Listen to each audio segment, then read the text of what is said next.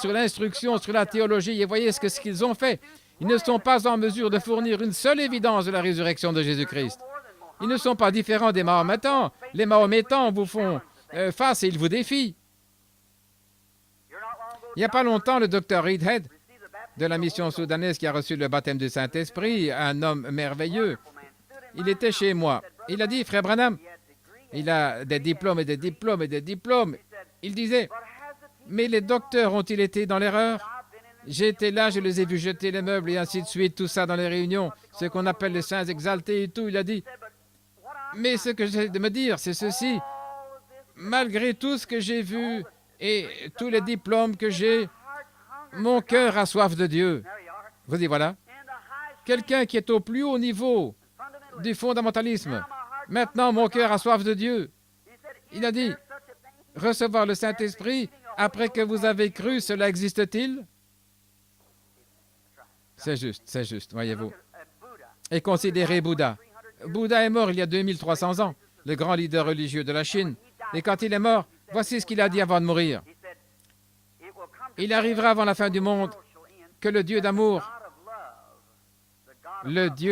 eh bien ça c'est un Dieu de dictature, vous savez. Le Dieu d'amour enverra ses serviteurs, ses prophètes ici sur la terre, et ils viendront d'une manière telle qu'ils ne laisseront pas de traces derrière eux. C'est par avion, quand ils seraient, voyez. Ils avaient assez de jugeotes, mais là, ils avaient l'apparence de la piété et reniaient la chose. Voyez-vous, ce n'est que le sang de Jésus-Christ qui compte. Et ce Mahométan se tenait et s'adressait au docteur Reedhead. Ce dernier a dit, « Pourquoi ne rejetez-vous pas votre prophète mort, Mahomet, pour recevoir le Seigneur Jésus-Christ ressuscité que nous avons ?» Et ce Mahométan, qui était intelligent et astucieux, il a dit, « Gentil monsieur, qu'est-ce que votre Seigneur Jésus ressuscité ferait de plus pour moi que ce que fait mon prophète mort ?» Il a dit, « Eh bien, vous voyez, nous avons la consolation. » Il a dit, « Nous aussi. » Il a dit, « Nous avons la joie et le bonheur. » Nous aussi. Qu'est-ce qui vous donne la joie et le bonheur? Eh bien, il va revenir. Notre prophète aussi. Il a dit, votre prophète Jésus, il vous a promis la vie après la mort. Notre prophète Mahomet nous a promis la même chose, la vie après la mort. C'est pourquoi nous sommes heureux.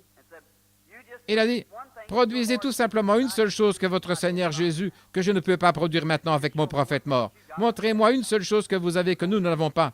C'est pourquoi ne venez pas me prêcher ça. Et cet homme a raison. Il s'est tourné vers le docteur Reedhead, il a dit, écoutez, monsieur, vous qui dites que Jésus est ressuscité des morts, quand Jésus est ressuscité des morts, s'il est ressuscité, il a dit, vous ferez aussi les œuvres que je fais. Et il a promis de grands signes aux croyants et à vous, les enseignants. Il a dit, que je vous vois tous faire les signes qu'il a promis qu'il ferait, alors je croirai qu'il est ressuscité des morts. C'est juste, oh bien, nous prêchons l'Évangile dans le monde entier. Il a dit, nous aussi.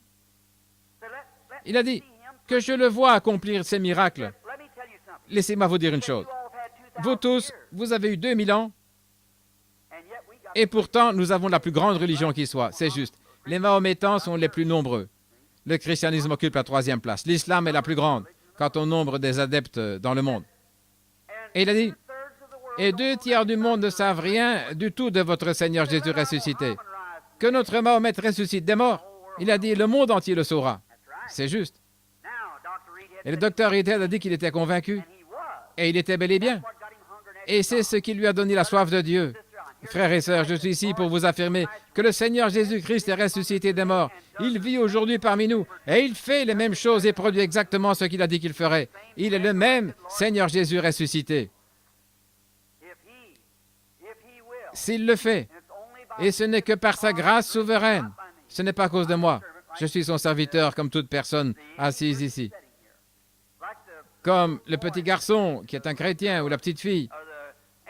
Tout le monde, peu m'importe de qui il s'agit, ça importe peu. Il n'y a pas de grands personnages ou de petits personnages dans le royaume de Dieu. Nous sommes tous dans le royaume de Dieu par la grâce de Dieu, c'est tout. Il n'y a pas de grands ni de petits. Nous sommes tout simplement tous frères et sœurs. Quelqu'un tient cet office-ci et cet autre cet office-là. Mais je lisais quelque chose et je crois que c'était sur Charles Finney, l'un des plus grands évangélistes de ce jour, un avocat converti. Un vieil homme se mourait de la tuberculose et avant de mourir, il avait mis sa face contre terre et avait pleuré et prié. Et quand il se relevait, il a dit, Eh bien, j'ai pu faire la prière de la foi pour une certaine ville. Dieu va envoyer un réveil dans cette ville. Et il s'est limité à environ 30 différentes villes. Et après que cet homme fut mort et parti, Finney a rendu visite à sa veuve et il a pris sa ville et ses réveils se sont produits très exactement comme l'homme l'avait dit. Pourquoi? Parce qu'une âme qui agonisait, une âme dans la présence de Dieu, en toute sincérité, avait fait bien plus pour apporter un réveil que toutes les écoles qu'il y avait au monde. C'est juste. Une seule âme qui avait prié avec instance. Je vous l'assure à chacun de vous, le grand réveil de l'Est, il y a de nombreuses années en Afrique, quand ces Otantos et tous ceux qui étaient là ont eu un réveil, la chose même qui était à la base de cela ne provenait pas du tout de leurs enseignements ni de leurs grandes écoles. C'était venu par un pauvre petit homme de couleur, sans instruction, illettré, là-bas, dans une petite hutte qui était restée sur sa face jour et nuit dans la poussière et qui a prié jusqu'à ce que Dieu envoie un réveil qui a balayé tout l'Est et le Nord de l'Afrique pour faire entrer dans les gens dans le royaume de Dieu. Et quel réveil! Oh là là! Mais qu'est-ce qui les a ruinés? Ensuite, les enseignants sont venus d'Angleterre avec différentes tendances et ils ont commencé à s'établir là et à enseigner la théologie et à s'éloigner de la puissance de Dieu et tout. Et c'est la chose qui a sombré dans le chaos. Et c'est exactement comme ça aux États-Unis.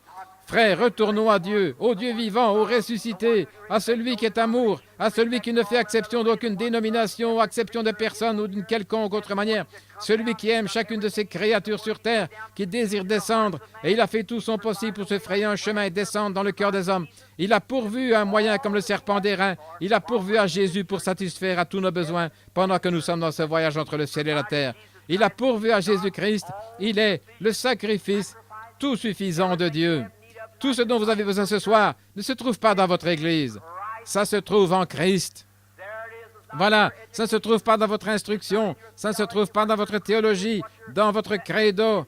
C'est en Jésus-Christ. Regardez à lui avec une foi simple, humble et pleine d'amour et dites, « Ô Dieu, purifie-moi de tout égoïsme et ôte de moi toutes les impuretés et que je sois entièrement à toi dès ce jour. » Et voyez ce que Dieu fera pour vous. Ma prière est que Dieu vous bénisse pendant que nous inclinons la tête. Notre bienveillant Père céleste, je prie d'abord ce soir pour cette grande ville. Alors que je la contemple comme une grande vue panoramique, c'est toute la région métropolitaine et je vois ce soir comment le péché, je pense à Sodome, quand des anges sont descendus pour s'assurer de la véracité de ce qu'ils avaient entendu. Et nous savons que nous sommes proches de quelque chose. Je prie pour Chicago, ô Dieu. Et je crois que des petites réunions comme celle où les véritables croyants se rassemblent à travers la ville sont la seule chose qui peut empêcher la colère de Dieu et le jugement de se déverser à l'instant même. Je pense à notre président qui est là maintenant dans cette réunion en Russie, sachant qu'ils ont l'arme même qui peut faire voler cet endroit en éclats au point où il n'y resterait plus de vie, et ils pourraient le faire avant le lever du jour. Alors, oh Dieu, je me dis, qu'est-ce qui les empêche de le faire? C'est parce qu'il y a encore quelques justes qui prient. Qu'est-ce qui les empêche? C'est parce qu'il y a encore quelques justes qui prient. Oh Dieu, aie pitié, je te prie, Père, aie pitié. Accorde-le ce soir dans cette belle petite église qui se tient ici comme un phare. Un groupe de gens qui ont abandonné leur cœur, leur vie, tout ce qu'ils ont, qui s'avancent volontiers maintenant pour donner librement leur vie pour la cause, qui croient en toi. Ô Père, je te prie de les revêtir maintenant d'une grande puissance ce soir, de la grande puissance de la foi, que toute pensée qui est contraire à ton plan divin soit ôtée ce soir de leur esprit ou de leur subconscient. Ôte cela, Père, sois avec nous maintenant. Aide-moi, Seigneur, moi qui suis indigne et qui me tiens ici comme un mortel, sachant qu'un jour je devrai te faire face, rendre compte pour chaque parole que je prononce et chaque pensée qui traverse mon esprit. Et je te prie, ô Dieu, de me purifier et de me garder dans ta main, afin que tu me permettes de parler à mon prochain. Je les aime, Seigneur, et je désire les voir tous entrer dans la grande unité de Dieu et être introduits dans le grand millénium qui vient bientôt. Je prie pour chacun d'eux. Et maintenant, bénis ces malades qui sont ici ce soir, Père. Un grand nombre de ceux qui sont assis ici sont malades. Et je sais que tu as dit quand tu étais ici sur la terre que les choses que tu faisais, tes croyants les feraient. Et maintenant, puisses-tu l'envoyer ce soir, ô Dieu, et qu'il vienne dans sa puissance et se révèle ici dans cette grande assistance et au cœur de chaque croyant, et qu'il manifeste son être par des miracles et des prodiges, en sorte que lorsque nous quitterons ici ce soir, qu'il n'y ait pas une seule personne ici qui rentre chez elle sans être guérie. Accorde-le, Seigneur. Que leur foi soit à la hauteur de cette situation, et il en sera ainsi, car tu as dit qu'il te soit fait comme tu as cru dans ton cœur. Et je te prie d'accorder cela ce soir, et fais que toute l'atmosphère ici, Seigneur, soit une atmosphère de création, où on est d'une seule âme, d'une seule pensée, d'un même accord, un seul but. Accorde-le, Seigneur. Écoute ma prière. Je te prie de nous accorder cela. Au nom de Jésus-Christ, ton Fils bien-aimé. Amen.